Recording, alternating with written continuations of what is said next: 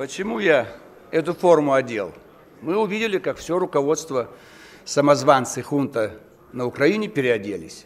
Они всему миру показывают, что они якобы готовы к силовым действиям, и, естественно, мы слышим уже лязг моторов, БТРы и так далее.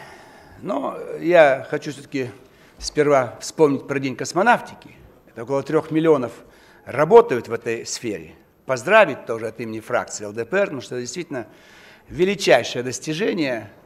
Автомобили, может быть, много будет, БТРы, подводные лодки, но уйти туда, в космос и первому, величайший подвиг. И я еще почему хотел, так сказать, что, оказывается, ему должны были звание генерала присвоить. Несколько месяцев документы валялись в Министерстве обороны, и он улетел в свой последний полет 27 марта и погиб полковником. Я обижался, думаю, мне также замотали. Ельцин присвоил, кадровики замотали. Думаю, если первому космонавту не постыдились замотать указ о присвоении, думаю, чего мне это обижаться? Я это узнал, вот сегодня утром передавали фильм про Гагарина. Вот. Но почему я еще говорю об этом? Если бы присвоили, у него было бы настроение лучше. Может быть, в тот злополучный день он бы не полетел бы с Серегиным в тот полет, где какой-то самолет вдруг им перерезал дорогу, так сказать. Вот. Я о роли чиновников говорю. И наплевать было на Брежнева. Согласовано было с Брежневым присвоение звания, 68-й год.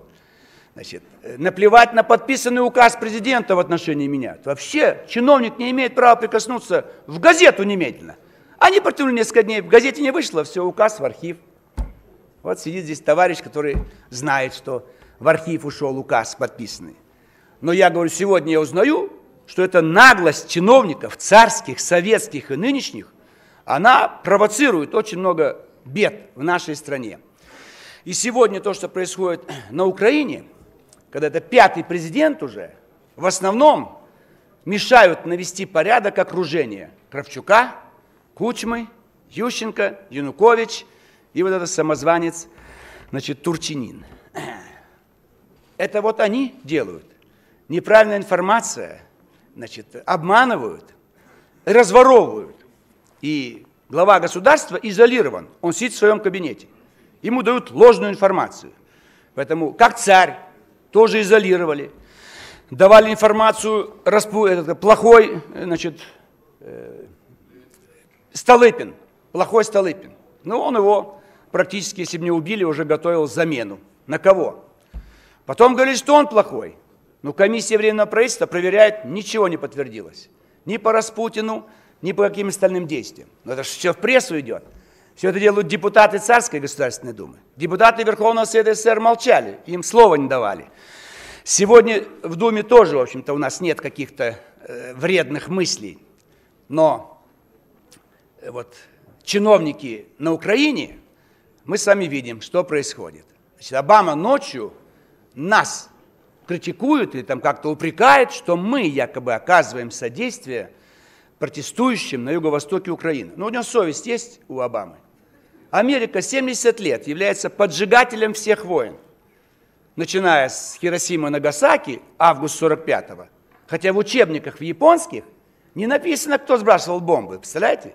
Сорос такие учебники для японцев сделал, что Советский Союз вступает в войну с Японией, точка. Начинается бомбардировка японских городов Хиросима и Нагасаки. Японский школьник считает, что это мы бомбим. И не придерешься к Форосу. Он не пишет, что мы бомбим, но он не пишет, что американцы бомбят. Но когда предложение идет за следующим, то любой логически думающий читатель скажет, раз Россия, да, Советский Союз вступает в войну с Японией, бомбят Хиросиму и Нагасаки, бомбит тот, кто вступает в войну. Это чиновник делает. Это чиновники японского министерства образования не замечают таких учебников. Это наши чиновники в наших определенных ведомствах не замечают, какие учебники у нас с вами в советских республиках бывших, когда Россия изображена оккупантом для всех, и, так сказать, мешали мы их развитию, оказывается. Ну, а с чего началось?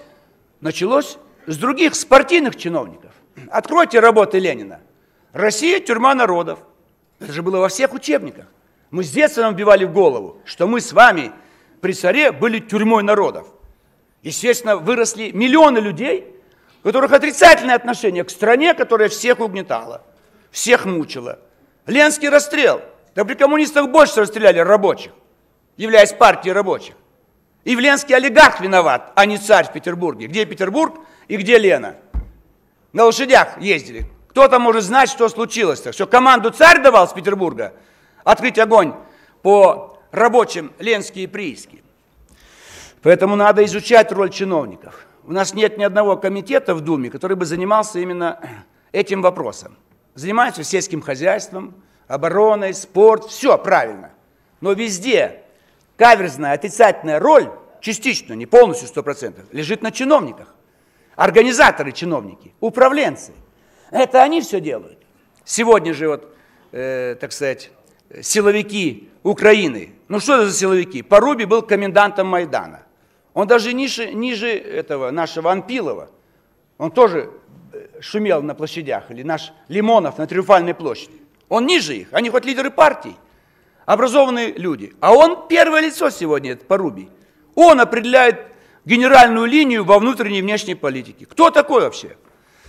Это продолжение Октябрьской революции. Уберем верхи и снизу приведем к руководству. И кухарка будет управлять государством. Вот кухарки в Киеве сегодня управляют государством. Уголовник Аваков. А еще ссылаются, что он чуть ли выборы не выиграл. Да он выбрал то, что скупил голоса избирателей в Харькове. А не потому, что он достойный, так сказать, человек. Фамилию скрывает. Ну, армянин, что ты скрываешь, великая нация. Арсен Авакян. Нет, Арсен почти Арсений. И Борисович, и Аваков. Кто так заставил сделать? Советская власть. Потому что на национальных окраинах ты Арсен Авакян. А в Киеве, в Москве, в Петербурге, в Ленинграде тебе дороги не будет. И армяне меняли фамилии, грузины меняли фамилии и так далее. То есть мы сами это заставляем делать. Это все чиновники. То 5-й пункт есть, то его нету. То есть национальность, то нету ее, так сказать. И сегодня русских, оказывается, всего 8 миллионов. Слушайте, а где остальные 20 миллионов? Вся Украина это были русские. Украинец слово придумали в Вене. Такие вот Грушевские им подобные, так сказать, филологи и предатели. Нет такого понятия в истории человечества. Так уже дошли до того, что древние укры есть. Ну дайте источник, пусть соберутся историки всего мира. Найдите хотя бы один документ, повесть временных лет, там, слово о полку Игореву, где есть понятие укр, народ, укр. Нет такого.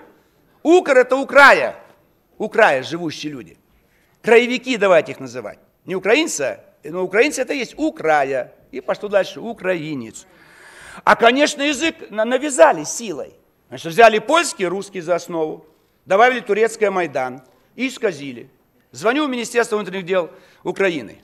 Он отвечает, я возбужден, приемально. Что приемально? Приемное Министерство внутренних дел. Ну, какая разница, приемальная или приемная? Ну, взяли, исказили русское слово «принимать кого-то», прием. Приемное министра внутренних дел, приемальня. Я ругаюсь с ним полчаса, говорю, что такое приемальня? Вот это язык, что ли, называется? Ну, язык, когда иностранный. Вот английский язык, французский язык, немецкий язык. Даже сербский отличается, там очень много слов. Но украинский, белорусский, русский – это единый язык. Ну, пускай будут считаться, что они украинцы. Пускай будет считаться, что это отдельный язык. Но те, кто считают себя русскими, им почему не дают возможности говорить на родном языке? Ведь не сейчас началось. Закрывали русские школы, русские газеты, отключали телевидение. Запрещали в перерыве русским, работающим в фирме, в частной, на Украине. Во время работы нельзя, запрещено. В перерыве поговорил по-русски, штраф $50. Это Гитлер не делал. Это что, демократическая Украина? И Барак Обама их защищает. Понятно, кто их защищает. Если они спокойно бомбили Белград, только за то, что сербы хотели оставаться сербами и православными. А когда в Боснии сербы стали мусульманами, их оставили в покое. В Хорватии сербы стали католиками, их оставили в покое. То есть поменяй веру или к Риму, или к Эр-Рияду, к Мекке. Все, ты хороший. А православный нет, ты плохой. И если себя защищаешь, мы тебя обвиним, в Гаагу в суд посадим, и там умрешь, Милошевич. Ты пытаешься защищать сербов, да еще православных. Вот такая искаженная история длится уже много-много лет. И мы, конечно, добьемся с вами правды, и уже европейцы надоело это доминирование США.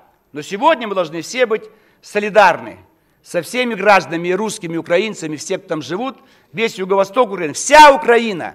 Проведите свободный референдум, снова 70% скажут, хотим жить в составе России. Вся Украина хочет. Поэтому они доиграются, что поднимутся рабочие и дойдут до Львова и до Варшавы.